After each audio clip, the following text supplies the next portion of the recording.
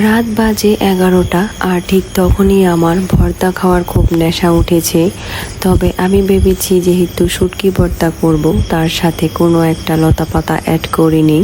আর এই মিষ্টি কুমড়া গাছটা কিন্তু আমরা রোপণ করিনি, এটা এমনিতেই হয়েছে। তাই এই গাছ থেকে আমি কিছু পাতা কালেক্ট করে নিচ্ছি।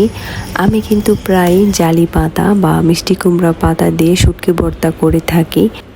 জালি কুমড়া পাতা বা মিষ্টি কুমড়া পাতা অ্যাড করলে কিন্তু শুটকির টেস্টটা একটু ডিফারেন্ট হয়।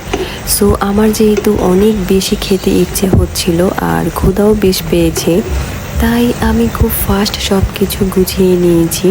আর আমি যখন এই টাইপের শুটকি ভর্তা করি, আমি কিন্তু পাতা, শুকনো মরিচ, সাথে একটু কাঁচা মরিচ, পেঁয়াজ, রসুন সব কিছু একসাথে এরকমভাবে বসিয়ে দিই।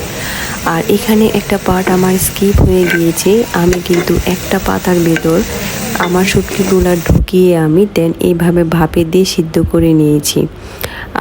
আমি এটার জন্য সরি যে আমি শুটকির পার্টটা দেখাতে পারিনি। আর লাস্ট পর্যায়ে এসে আমি লবণ মাখিয়ে ভর্তাটাকে এখন ভালো করে বেটে নিব। আর যেহেতু রাত, তাই আমি সব লাইট অন করিনি, একদম লো লাইটে আমি ভর্তাটা বানাচ্ছি। আর এই যে একদম মাখা মাখা একটা ভর্তা, আমার আবার খেতে ইচ্ছে করছে। লতা পাতা দিয়ে যারা এখনও এই টাইপের ভর্তা খাননি তারা কিন্তু অবশ্যই ট্রাই করে দেখবেন, অনেক বেশি টেস্টি।